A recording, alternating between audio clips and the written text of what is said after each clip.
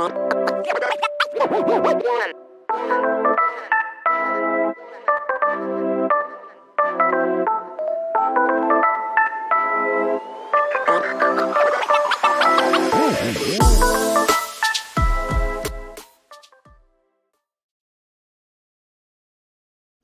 right, here we are. We're back. We're here. All right, here we go. This is our first ever-ish live stream podcast, episode. Oh, wait, I'm supposed to be live on Instagram. I guess I'll do that in a minute. But here we go. Our first episode. We're going to be talking about, like I said in the intro, what is mining, what is your background in crypto story, and then a little bit about the mining rigs that we built when we first jumped in. So, obviously, right off the bat, little background. This is my dad, Tim Shedd. I'm TJ. I'm the junior. So tell us a little bit about you. What's your background? How'd you get into this? How'd you discover crypto? I tell everybody all the time, you were the one who introduced me to crypto. And I kind of have that cool, my dad actually, I'm the young one, but my dad was the one telling me, you should pay attention to this cryptocurrency stuff. And same here. So I tell everybody that you sat me down, watch this documentary on Netflix, learn about this stuff. It's important. So how did you find out about it, or where did you first hear about crypto and blockchain? Well, it pretty much was your brother who mentioned it. He came to me and was like, I've been talking to one of my friends, and he's saying that he's gonna mortgage the house and sell out his 401k and do all that stuff to buy crypto, this Bitcoin stuff. And I had heard about it before, but hadn't really put a whole lot of thought into it. I've been working in IT for, seems like forever, since the very early 80s. And so I'm familiar with computers and a lot of the background in communications and encryption and that sort of thing. So it wasn't totally strange to me, but I was a little concerned that my son was going to go out and spend a whole pile of money on something that was just, he was gonna lose all his money. So this digital funny money, crazy weird stuff. Yeah. So I thought I'd do a little research, try to figure out what's going on, and started doing some reading and that sort of thing, and realized, hey, this may not be such a bad thing. I mean, I get the whole blockchain. I understand how that works, and I see that that's really down the road going to be something that is going to be useful for more than currency, but for other things as well. Yeah, and that was actually something really impressed me about you, or that kind of as we were discussing all this stuff and learning about it, I realized obviously we're young and excited, but you've kind of got this experience and background of seeing new technology come along. Because I tell people all the time, I feel like blockchain is this is the internet bubble for our generation. We were too young at the time, but you saw, personal computing when it first came up as a thing, and you saw the internet, you lived in a pre-internet world and a post-internet world. And so you've got a lot of different perspective, and to see kind of technologies come out and totally change the way everybody interacts, and, I just thought that was really cool. In a lot of ways, when I was when I was even younger than you, my dad, who worked for a company that was just in the process of going from mechanical cash registers to electronic cash registers, he learned how to do soldering and things like that. And so as kind of a hobby thing, they used to have these Radio Shack stores, and you could go down to the store and buy a little kit that you could put together what became a home computer or a console, a game console, and you could play Pong. And so we learned how to. We learned how to do that. That's awesome. And you build it yourself, you build it yourself. You go in, you put everything together, you plug it into your TV, and it just you could watch the little things go back and forth, and it was Pong. But in a lot of ways, I see that crypto today is kind of like that was back then. because it was really a hobbyist kind of thing where only a few people are interested in it.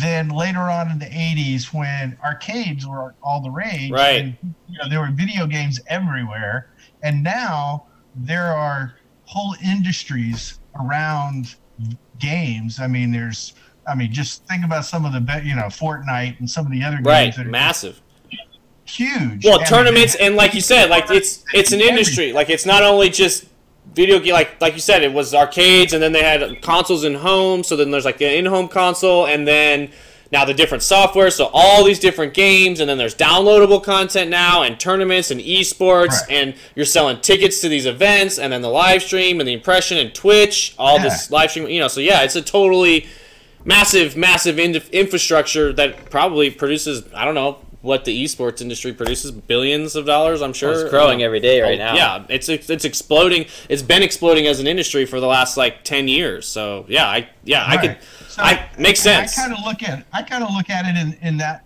from kind of a historical perspective of, where things were back then and where they come today. And I think the blockchain, it may not be in my lifetime, but I certainly hope so. yours. Yeah, exactly. Hopefully in all of our lifetimes. But they'll be able to use it for things like medical records and all kinds of bill payment and things like that we just kind of take for granted. I mean, you guys never really wrote checks, right?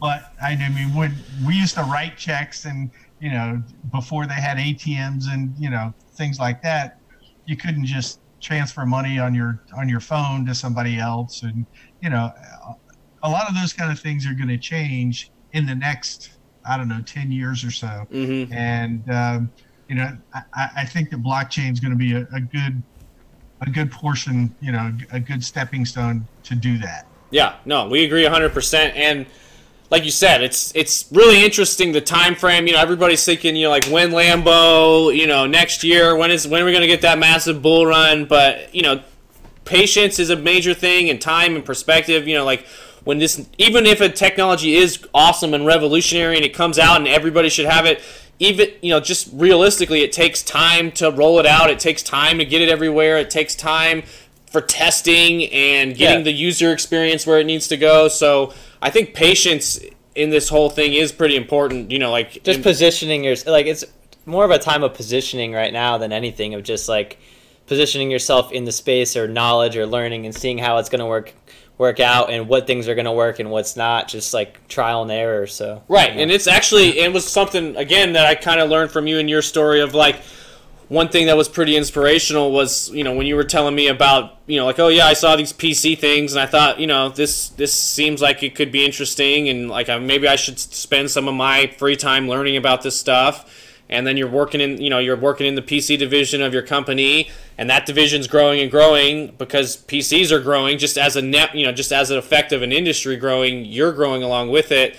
And we kind of see blockchain as a similar thing. Then eventually, obviously, the PC division becomes the biggest division in the company, because all this other stuff that seemed so important at the time wasn't, just because of this massive technology thing blowing up. So we kind of feel like blockchain's pretty similar if we can keep studying it and researching it and staying involved. Yeah, and one of the first things that we started as far as trial and error goes, was like our endeavors with you. Yeah. And that was with the mining. And we're like, we're just going to you are figure this out. Other than the two of us saying like, okay, let's do this Young Dumb Crypto thing. And we would have been lost completely. You're like the only other member of Young Dumb Crypto, like right off the bat, like, yeah, man, let's go. Let's team up. Let's build these mining rigs. So yeah, I'll help you figure it out. And so, yeah, you got in, that, like you said, that was your background in the kind of IT and tech space a little bit. So yeah, do you want to jump into like? Yeah, let's jump into. All right. So like, what is mining? Let's talk about that for a few minutes. The whole process, how it starts, how it finishes. What is a miner? What is proof of work? So let's start with just right off the bat, like, what is mining? How would you describe just that process? So I guess the best way to describe that is that you with blockchain, you've got a whole list of transactions, and what a miner does is he takes the program takes that software basically. The software takes that list of transactions and it puts them all together and runs through an algorithm that creates a hash, which is nothing more than an encrypted string of letters and numbers that can be unencrypted to be able to look at what those transactions are. It helps to compress it. And so hold on. So just basically what you're saying then is they, like, say I'm trying to pay you $10. They take the information of like who I am, how much money it is, where I'm sending, everything about the transaction, and convert it into, use cryptography to make it like all this information into a string of a bunch of letters and numbers that just mean nothing to anybody else who gets it. So if it's intercepted, it's useless. But then they pair that up with its matching thing, and that's how I could transfer something from me to you using cryptography, or that's what a hash is. Right. I mean, if you think about it like a bank account kind of thing, everybody's got an account number, and in these transactions, you've got a sender and a receiver, right, and an amount, and so they put all that together and they run it through this algorithm, and then they list transaction after transaction all together to form a large block of transactions. Run through the algorithm to encrypt it, and that way, at the end of that block, then they point it to the next block so that they can group those things together. And that's how you get blockchain. Well, what the miners do is they're the ones that are responsible for doing all the encryptions. And because of the difficulty and the amount of transactions that are having to be done, I mean, I think originally you could probably do it by yourself, and you have one computer and it would just sit there and churn away and create all of these transactions or these blocks. But because there's so many now, you have pools of people that their computers join together to do all of these transactions, where the pool manager then takes it and will split it up and hand out different pieces to all the computers that are in that pool to do a small part of each one of those blocks, so that it can put it all together as fast as possible. Because Go ahead. Because as they put it together, once you create a block and submit it to the chain for all of the different pools, then look at it and validate it. And if your pool is the one that provides the block, then you get a reward. Right. And in that reward then gets split up across all the people that participated in making that block happen.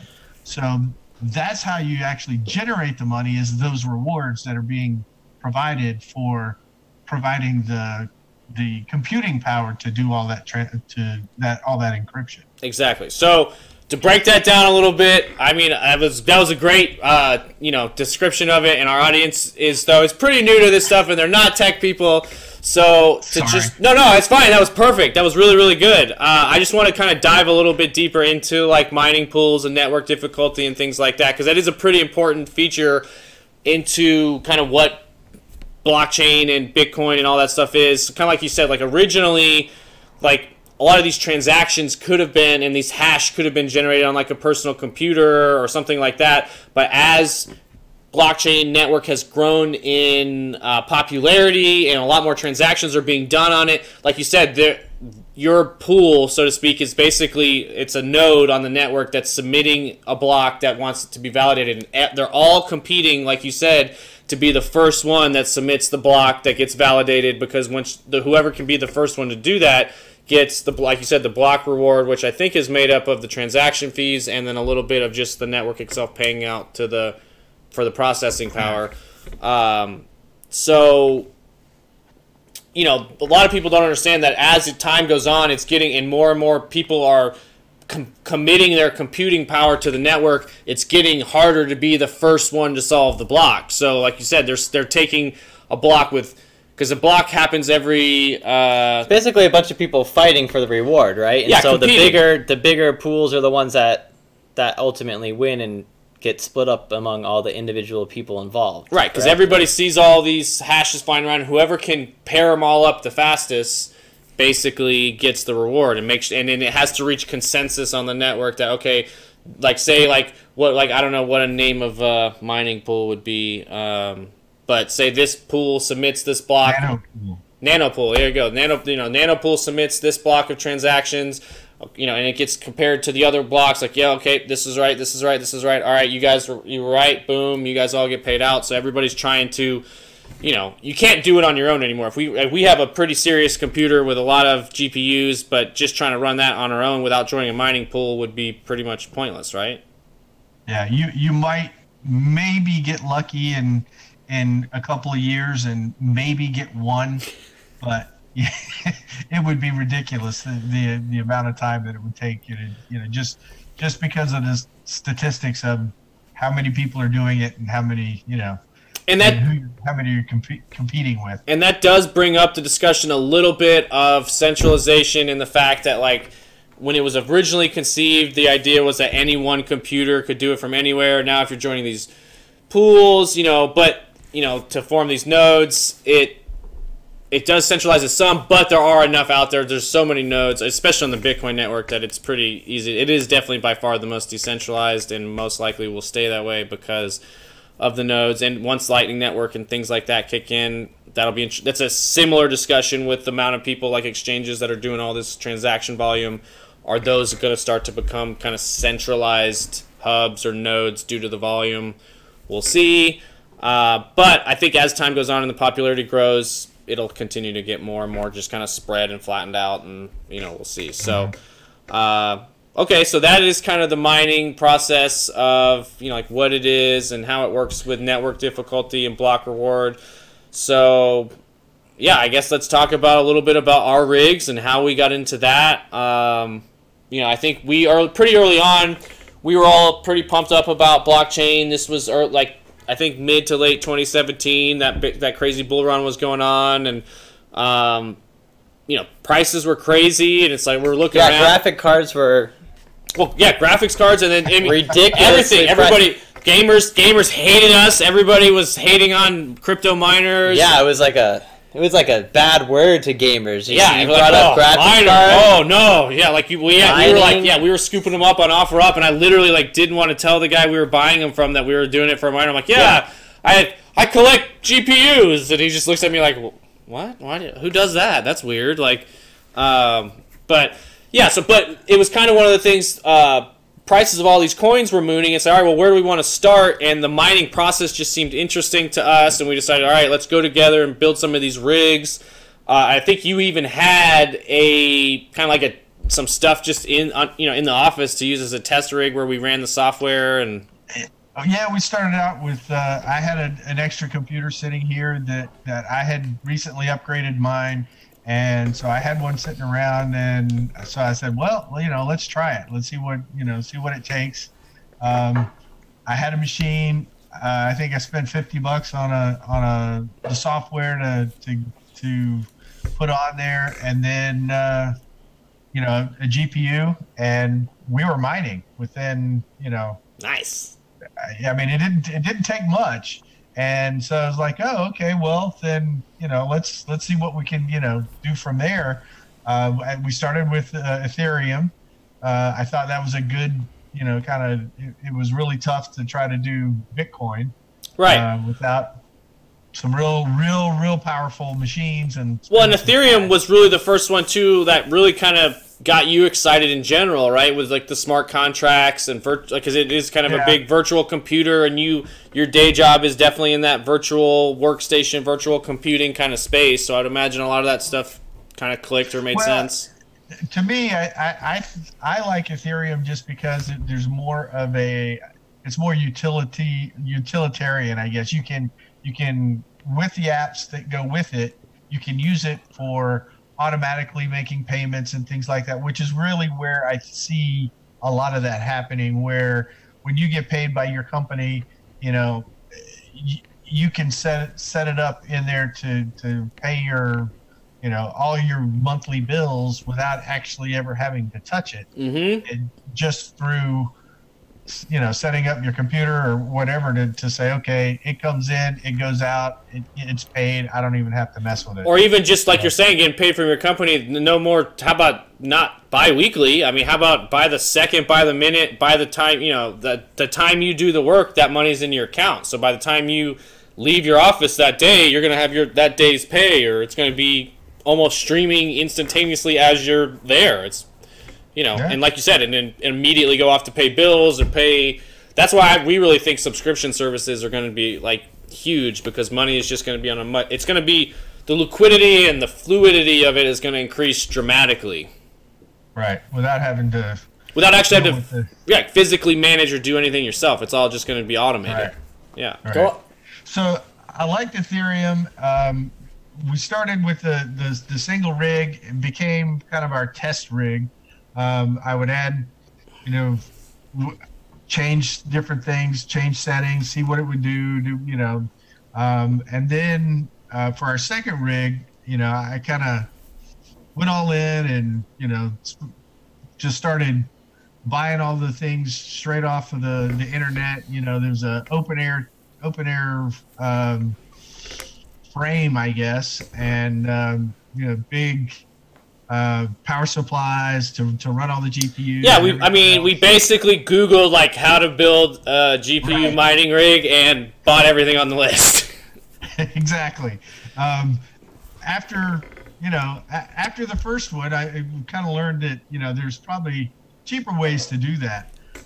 So the first one was, I don't know, I don't remember what we spent on it, but I know the power supply itself was probably $300-400.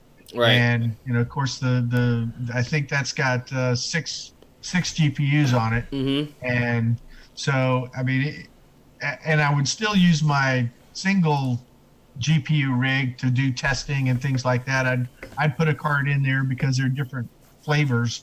And sometimes you can tweak them to get a little more performance out of each one. And so I'd put one in there, tweak it the settings to where I felt they were stable. Right. And then I could move it into the other machine and set those settings without having to do a lot of downtime and testing on the real production kind of miners. Right. So the third one that we did, I just went through and I had been watching some videos and some things off how other people built theirs, and so I ended up just going to, you know, Home Depot and buying a set of shelves that have that are kind of open air, have ventilated shelves, so that you could basically hang the GPUs from tie wraps, or I used a lot of Velcro strips to hang those GPUs across the underside of a shelf, and then below that I mounted the motherboard. Insert B-roll clips. Yeah, right. Yeah, we got to put our B-roll of all our cool mining rigs. Yeah. Hey, wait, before. Go ahead. And then from there, I had got a bunch of servers that were being replaced where I worked, so they were going to be sent out for surplus. So I pulled some of the power supplies off of those, and those were 1,200 watt, nice 1,200 watts power supplies. So I got a bunch of those, and I still got some over there. Got to build another rig. Yeah, I got to build another rig. But you know, but you can buy those pretty cheap. You know, off the internet. I think I don't recall the name of the place off the top of my head, but you can buy them, and they're basically HP power supplies, and there's a little breakout board that just plugs onto the back of it, and you get your cables, your power cables and everything to come right off of that, plug into your GPUs and everything. It was a little more challenging, but cheaper. overall, it was probably a third of the cost or less to do it that way.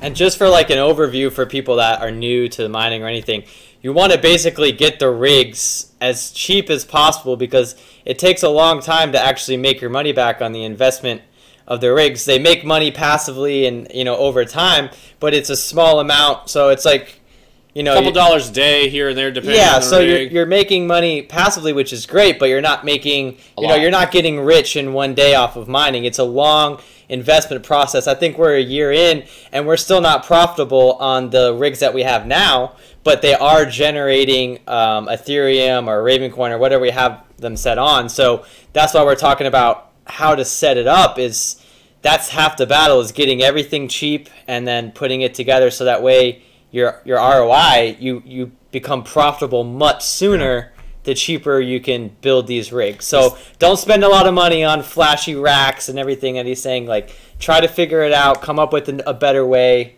Right. How can you do it as cheap as possible? I mean, we were hustling on OfferUp and eBay and trying to find the cheapest GPUs we could. Our first GPU we bought, it was like a 1060, and I think we paid like $420, $430, like on eBay or something like that.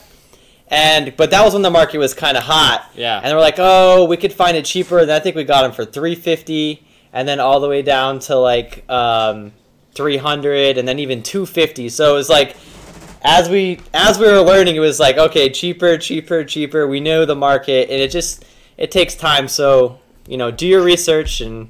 Yeah, and we found that the price point for the 1060s were better than, I mean, yeah, you can get more power out of some of the bigger GPUs. The 1070s but they were 2 to 3 times more expensive, and That's you a were good getting point. 2 to 3 times more hash rate out of them. Right. So. And we could overclock the 1060s pretty well and get a pretty good hash per dollar out of what we were getting the 1060s for once we started getting, you know, like you said, hustling and trying to find good deals and like finding the power supply for the next one, you know, like that was huge, obviously, like you said. Yeah. You know, especially if you're trying to run 13 GPUs on a motherboard like that. So, yeah, and the other thing to remember too, this is my thing, because we're not, like, at least for what we do, we're not the type of miners that market sell on mining, you know, to cover all expenses and things like that. We're mining kind of to hold as a passive investment. It's almost a way of dollar cost averaging for ourselves too. So, which hindsight would have been better, but yeah, hindsight. Starting in 2017, market selling as soon as we mine stuff. Yeah, we would have probably been doing much better than. And most people do suggest that if like this is your main endeavor, right? But if you're a believer in crypto and everything like we are, we're hodlers, and this is just another way for us to accumulate crypto. But what I tell myself is all these days that are $2 days, $5 days, whatever right now, because the prices are really low, give it, you know, 2 years from now, since we are holding everything, if the prices jump back up to what they used to be or beyond, all these days that was a $7 day is going to become a $70 day or $100 day or $150 day. So as long as you're running a profitable machine, you know, otherwise it'd technically just be smarter to just buy the crypto every day. But yeah, and if you want to, I actually have a friend who was just telling me in the chat today that he's got a bot that's dollar cost averaging for him, and he buys, I think he said $20. What did he say? $7 of crypto every day and $20 of altcoins a week, just spread across different coins that he selects. But it's interesting. You know, just to dollar cost average himself in over time. That's his like investment. Well, yeah, if you're gonna invest $1,000 in crypto and like that's your budget, don't go tomorrow and put $1,000 in crypto. It's not you know, just go over the next 6 months. Yeah, that's what TJ does. Go over the next 6 months. Like the other day, I just transferred some money over into a Coinbase account. And I took 1/4 of it, and I made my first, like, I'm trying to accumulate some Bitcoin at this price right now. So I made and probably in 3 weeks or 4 weeks, I'll make another purchase. I'll do another 25% or whatever. So then that's going to give me a nice average if it goes up or if it goes down. So it limits your risk and it limits the volatility. And that's a good point on FOMO, even just in general. Like, everybody has, you know, like, you see a price running up, and you're like, oh, you know, I got to get in now before it goes up and goes crazy. You know, I don't want to miss out, but realistically, you're not, really missing anything. If something's at $20 and it goes to 40, and you buy at 40, you're still going to get the increase from 40 to 60. It's you don't have to get especially right now. You're not going to get everything right. Yeah, you're not going to get every pump. You're not going to get, and we're really early in the process. So I always tell people, like, if you've got extra cash, just buy it whenever you've got an extra 20, 40, 50, $100, $200, whatever. Just, you got the fees, but if you just kind of put it in whenever you feel like you've got some extra money, then you'll probably be happy about it in 4 or 5 years. And mining rigs are probably cheap right now, so yeah. Well, actually, we got lucky with some people that I think were into it during the hype, and then it was starting to fade out. So they were trying to like unload GPU, like they bought a bunch of GPUs because they thought they were going to build this mining rig, and the price came down. So they're like, all right, we're selling them. And they have to sell them as used, even though they're still in the box. Even one of the people we bought from was actually directly across the street that we met on OfferUp. So. Oh, funny story really quick. I have to bring this back up. So, on OfferUp, we purchased I purchased one of these GPUs from somebody. It was like long negotiation, whatever. And apparently this guy's never shipped anything before. I don't know, but he took the GPU, he put it in an Arizona tea box, shoved some newspaper in it, and just stuck it in the mail. And what happened to it when it showed up at the house? Yeah, you saw it. You were the one who got it, and you're like, guys? Yeah, that was destroyed. Yeah. I don't know what they did with it in the shipping company, but it was twisted, right? It's like bent, like. Yeah, I mean, the whole end of the thing was crushed. The card itself, I mean, the silicone itself was all bent. I mean, it was bad. Yeah, $300 card. I was afraid to even put it in the computer that it was just gonna, just smoke the whole thing. So, fortunately, that guy did send us our money back and said I'm an idiot for sending it like that. So at least he acknowledged it. But I don't know. It was funny. We have pictures somewhere. I hope I can find. No, I hope I can find. Yeah, them. I hope we can find those because that was pretty crazy. But. All right, so back to our second rig. We got the shelving units. We didn't make the mistake of buying an actual case. We just went to the store and got shelving units, and we wanted to make sure. Obviously, you got to make sure they're ventilated, so that way, because obviously, without running all these GPUs, you're trying to remove heat anytime you can. So fans and open air and anything like that is always good. How is the noise and the heat in the house like now? Like I know you have them in the basement. Like give us a little bit about that. One of the things that I have found is that it's much better to keep them, even if right now they're all in the garage, and okay. I've just got a box fan set up on the side of the shelving unit, and it's blowing across, so it keeps the garage nice and warm. I bet. Will that work in the summer, or will you have to move it inside? Or I don't know. It may. I'm finding that it's more effective to keep air moving across and take the heat off of the unit as opposed to put it into a cold room.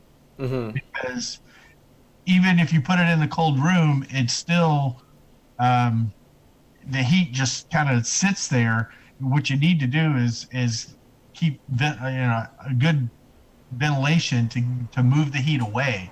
And in the garage, I can leave it down there. It doesn't create too much noise because of the. Hold on, we just lost our one camera. No, go ahead. Keep We're listening. But it doesn't create too much noise. I mean, the fans are running and that sort of thing. So you do have that, but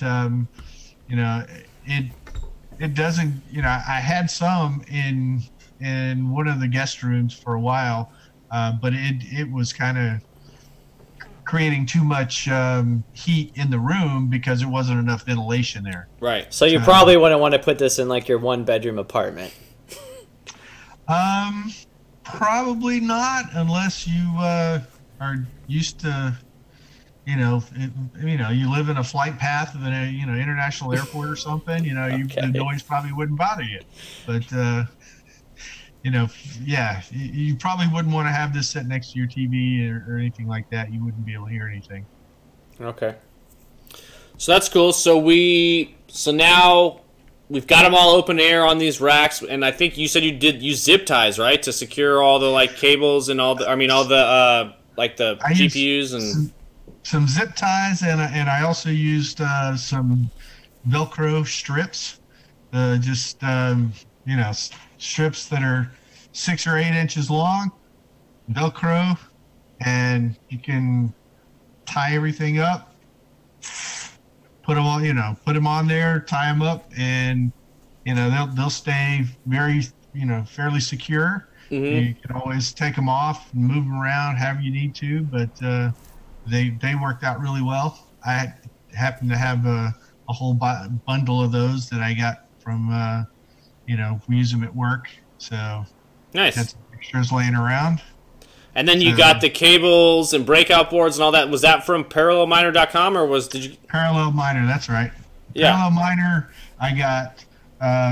You can actually buy the power supplies there, and you can get the breakout boards for those. You can get basically all the cables and everything else that you need from them. The 6-pin cables that go from the breakout boards to the GPUs, and let's see what other cables. You'll need some the 4-pin Molex cables that put power down to the 4-pin or 6-pin?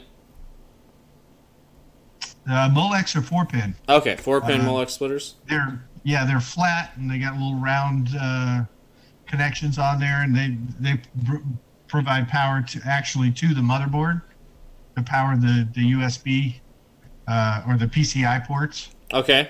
That are on the motherboard itself. And then we got where you said you got the motherboard from GPU Shack.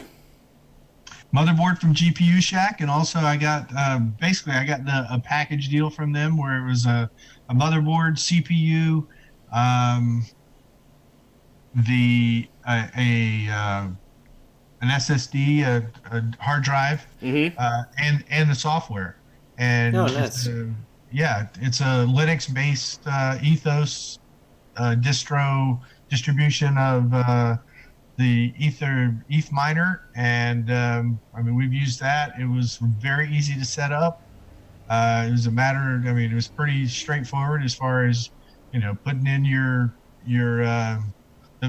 pick a pool, and you can find that on the Ethos distro website. They have a bunch of different pools and things like that. We happen to use NanoPool, and it was pretty straightforward. I've got a little background in Linux, so it wasn't too bad, but it was a matter of going in there and changing a couple of text files and restarting it, and away we go. If you've never used Linux, would it be tough?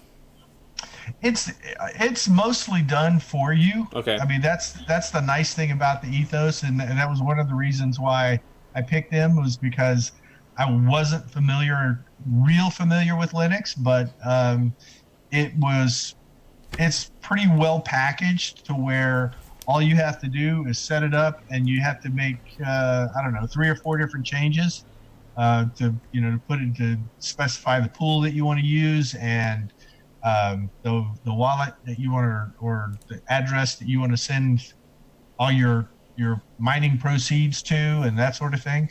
But it was pretty straightforward. Nice. And so then we set up. Obviously, you have to set up a destination address. I think we use Jaxx, and set up an address, put in for input for a software wallet. Yeah, software wallet. What Jaxx is. Yeah, it's a software wallet to where that's the address for where all our rewards go to, and then from there we take it and can do whatever we want with it. Secure it. Yeah, exactly. Get it to somewhere safe. So now, all in all, like you said, I think we've got the test unit, which is just one GPU that we use, like when we're gonna try a new algorithm. Like he said, we've done some mining of Ravencoin in the past, and when we were first setting that up, obviously we had to do some research. What is this Ravencoin thing? It seemed interesting. It was kind of a miner's coin. Then we got the software tested, because we're running a different algorithm, obviously, for that one. And essentially, that was just a download from GitHub into the Ethos, the same setup that we have, and it installed pretty quick and very easily. And right, so we're making some changes. So it ran on the same software, right? Just a new algorithm, same software, right? So we downloaded. It was almost like a driver, so to speak, for the software. Where now it's a different algorithm. We did it on that one machine for a while to make sure, okay, yes, it's working, yes, it's getting to the destination address. Okay, then we switched over. That first rig he mentioned that we built is a 6 GPU rig, as well as the next one was a 13 GPU rig. So how many times do you have to check on it? Is it only when you switch up the coins to mine something else, or do you find that they shut off from power reasons or overheating or anything like that? Or for the most part, I check on them probably, I don't know, a couple times a week just to make sure. But they're in my garage, so as I come and go, I see them there, I hear them running. So it's not like if I come in, if it's too quiet, it's like, wait a minute, yeah. Something's wrong here. So, but for the most part, I will say that they can't all be on your plugged into the same circuit. Mm-hmm. Okay. Because for the most part, most houses are gonna have a 20 amp circuit, and you put that many GPUs pulling that much power, you're gonna pop that circuit breaker every time. Right. So. That's good to know. You just need to, kind of spread that out and plug some into one outlet, and the other one's into a different outlet, or that kind of thing. Just make sure they're not all in the same circuit. What would you say has been the biggest frustration that you've had with mining? That you ran into that you didn't expect, or? I think that. Getting that 9 CPU or the 13 CPU set up was a little more of a challenge, and I couldn't figure out, and it ended up just being my fault. It was a cable or extra cables that I should have bought, that it took me a little while, a lot of trial and error and moving things around, and why does this do what it did, and that kind of thing. To try to get power to all of them, right? We were having a hard time getting them all powered up. Right, because I powered everything and plugged everything in, but one of the powers, those Molex cables, I needed to buy another splitter because it gets plugged into that board in 3 different places instead of just one, and so I would plug in one, and I'd plug in the first 2 GPUs, and they'd work fine. As soon as I plugged the third one in, nothing worked anymore. Power. Oh, so not even the first 2 would work anymore. Not even the first 2 worked anymore. Oh, wow. So, yeah. So it was one of those kind of things that just kind of drove me a little bit crazy. But, after calling and talking to the folks at Parallel Miner, they were like, oh, yeah, you need this. And so, $12 later... Well, that's cool. So that's good that they have good support. They were able to help you out and took your call and said, okay, this is the problem you're having, this is the part you need, and they got it right out to you. Like you said, it was an easy fix. So that's cool too. Just more community. We're always big on community, and especially in this space and adoption and trying to help people. So that's nice that they any miners we can get obviously help spread and flatten the network more and get it more decentralized. So I'm sure if that's what you care about, helping people get involved in that is probably a big part of their mission. So that's pretty cool. Yeah, as a matter of fact, I've run into a couple of people that I work with that are also miners. Oh yeah. Yeah. Nice. Talking with a guy the other day, and he was like, "Oh yeah, I got a rig set up," and so we got to talking about that a little bit. It was fun. Cool. Yeah. Oh, by the way, he's in Atlanta right now, which is where I grew up and where we've got our miners based, or just Georgia area, obviously. So.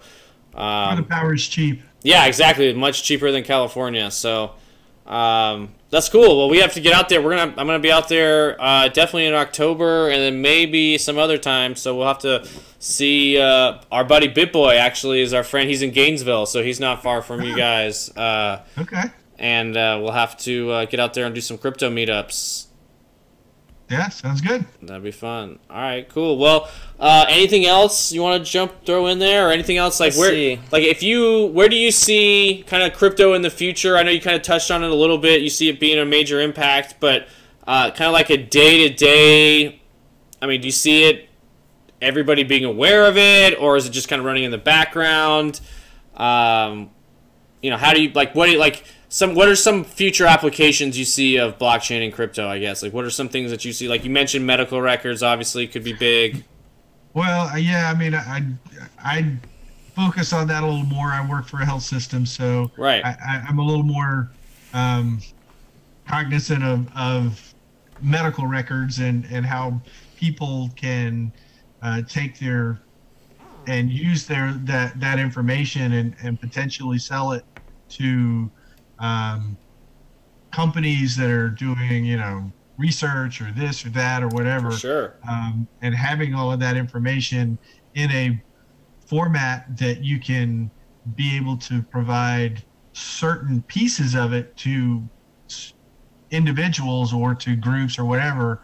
And you can use that to I don't know, profit from that or I think that your medical records and blockchain will be something that will be used quite a bit. I think potentially, right now, all the Googling, all of the web searches, everything else that we do on our computers, somebody's capturing all that data. Of course. At some point, we're going to kind of take that data back. Well, yeah, that's huge. Like, that's like you're on the medical records thing, even like that's exactly what I was thinking is like we're actually going to be sovereign of our own data, our own medical records. Like, it's our information, but realistically, if you think about it right now, like you have to call your doctor and ask him to send your information from him to this other doctor so you can get a consultation. And, like if they don't want to cooperate, like it's a weird system really where we're kind of giving this very private, very important, very valuable information to these other parties to hold and kind of do with as they want and send or don't send anywhere. So yeah, that's a great point where if we owned all of our own information and we could say, okay, like I want my doctor to see this, I want to like sell, like make, it's almost like a toggle thing. I could switch this on and off for like. But it also should help medical science as well in the same manner where you as a person can get paid for your medical records from any studies or anything like that. Right, for research where it's just like, yeah, I've decided, okay, I want to try to monetize I don't care, I'll sell my information. It's, like. Either or, both sides, the security and the. Yeah, so, and then like you said, Google or any other metadata that they're capturing, images, every picture you take on every phone that you upload anywhere, like it tells you your location, the day, the time, all this information, with these digital signatures that are attached to every image, every video, almost anything that happens online has metadata attached to it, which is more and more becoming what our actions are online as much as they are in the everyday world. We're leaving more and more of a kind of a digital footprint. So, taking control of that information and owning it for ourselves and being able to monetize it versus other people, right? Because right now, basically, it's still valuable. People are monetizing it. They're just doing it for us. Google, Facebook, whoever these research companies are, they're monetizing that data. They're taking all the profit. So being able to control it for ourselves, that's going to be massive. So we're totally there with you with the data thing and things like basic attention token in the Brave browser and things like that. I think is definitely going to have a big impact. And I think just the everyday paying bills and things like that. I think that's at some point it's over the years it's gotten more and more automated, more ability to just transfer something here or there. And today everybody's got a half a dozen different types of applications that they can whether it's Cash or Zelle or any one of the PayPal or any of those, and it'll get to be more standardized to be able to move things around, and it may be some cryptocurrency that we have today, and it may be something that they haven't even come up with yet. But at some point, that's going to be more useful and more used by anybody and everybody. For sure. And and that's kind of my first thing that I thought of when I really started thinking about it. It's like, this is just going to speed up the world, really. Like, it's going to speed up, level the playing it's going to speed up the world by 3 to 5 days, 3 to 5 business days, basically. So all these transactions that happen all the time, and it's going to internationally, like globally, it's going to globalize a lot of things. Like, it's going to catapult us towards that one world economy where everybody can interact in the entire world, which already happens online, but the barrier of fiat gateways of dollar to euro, dollar to yen, all these different things, then it just makes us not want to buy, transact with somebody on the other side of the world just because that conversion is inconvenient. Whereas if we've got a universal currency where we can all trade and transact, the barrier of entry to buy something from an individual somewhere on the other side of the world is much, much lower now, and is much more likely to occur, which will then kind of create that marketplace for people in other places to create stuff and sell peer-to-peer and directly, and that's right. I think it's avoid corruption of government. Well, it'll just balloon. It'll be it'll basically make everything massively more efficient and massively faster, and cut out all the waste, or not all of it, but at least a good portion of it. So yeah, I agree.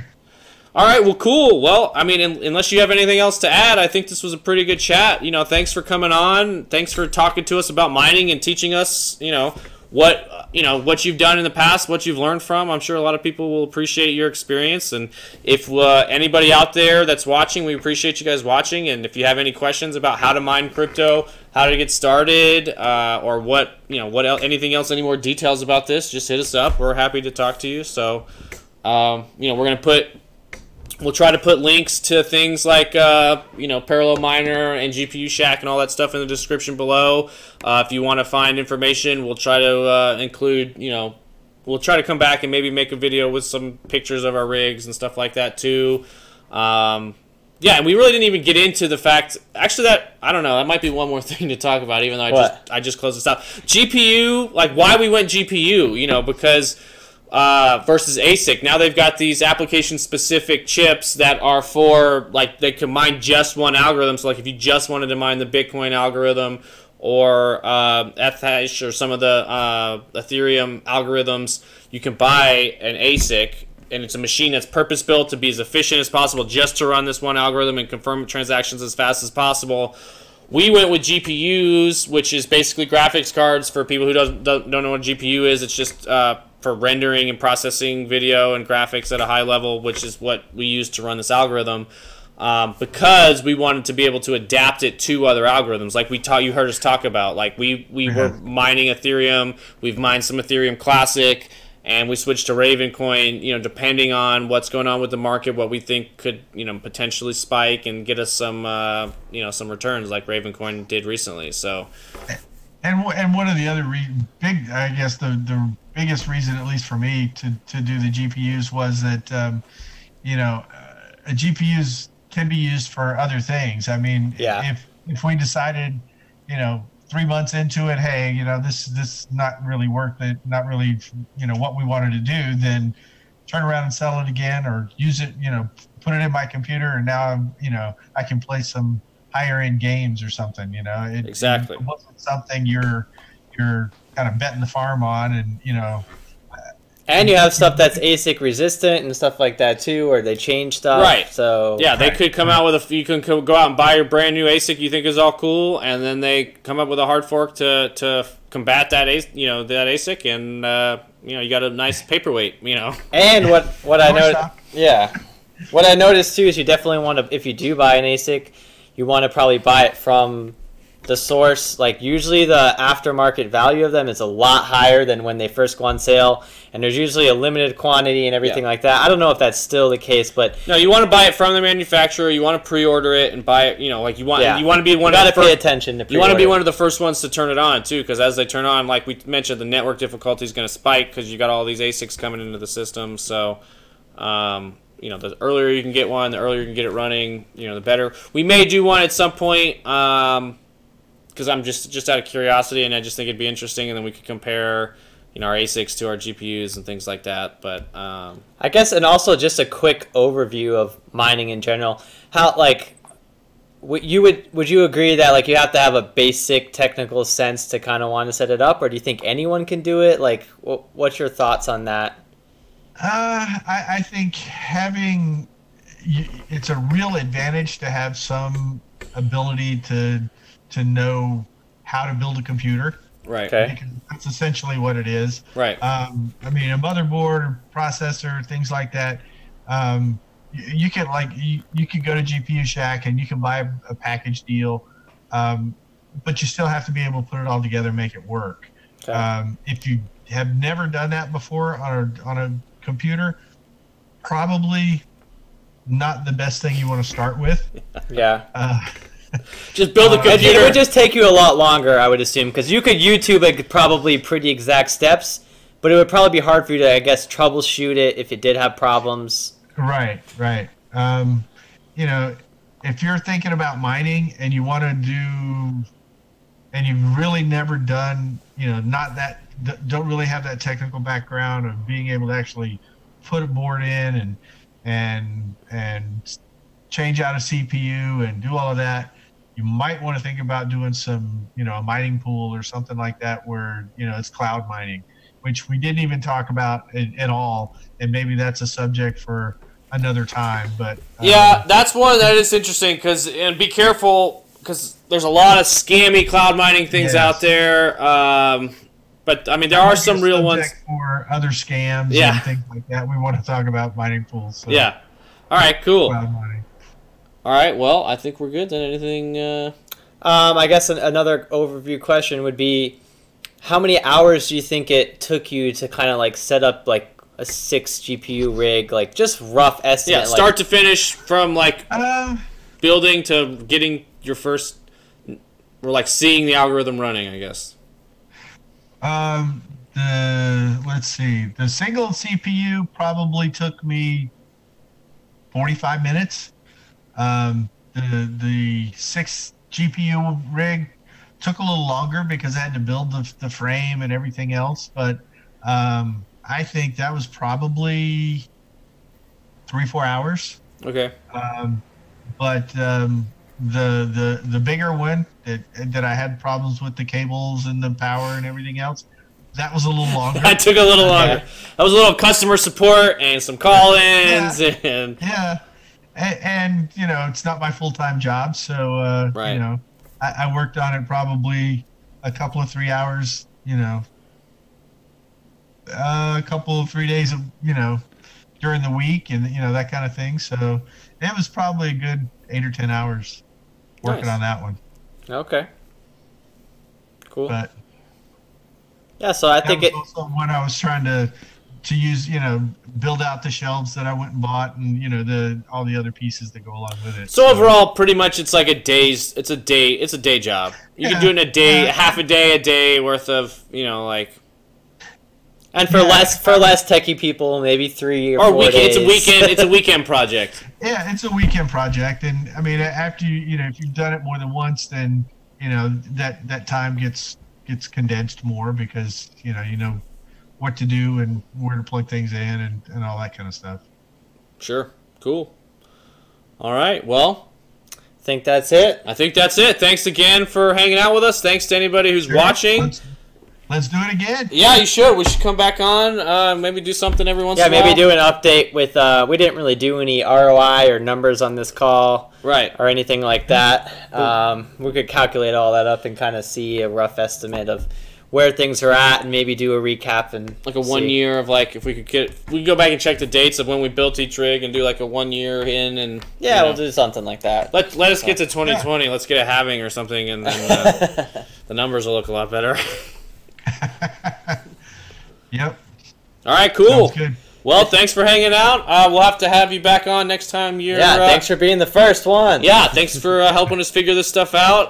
It actually seemed like it worked decent. We think we'll find out later, unless we're not. Just realized I unless- probably didn't change a title on. Yeah, unless we YouTube realize we and didn't actually stuff, hit and- start streaming and we haven't been live this whole time, and this has just been a fun chat. You know, you never know, but even still, that would have been fun. So, all right, Thank you. all right, thank you. Talk We'll to see you you later. later. Kill us. See ya.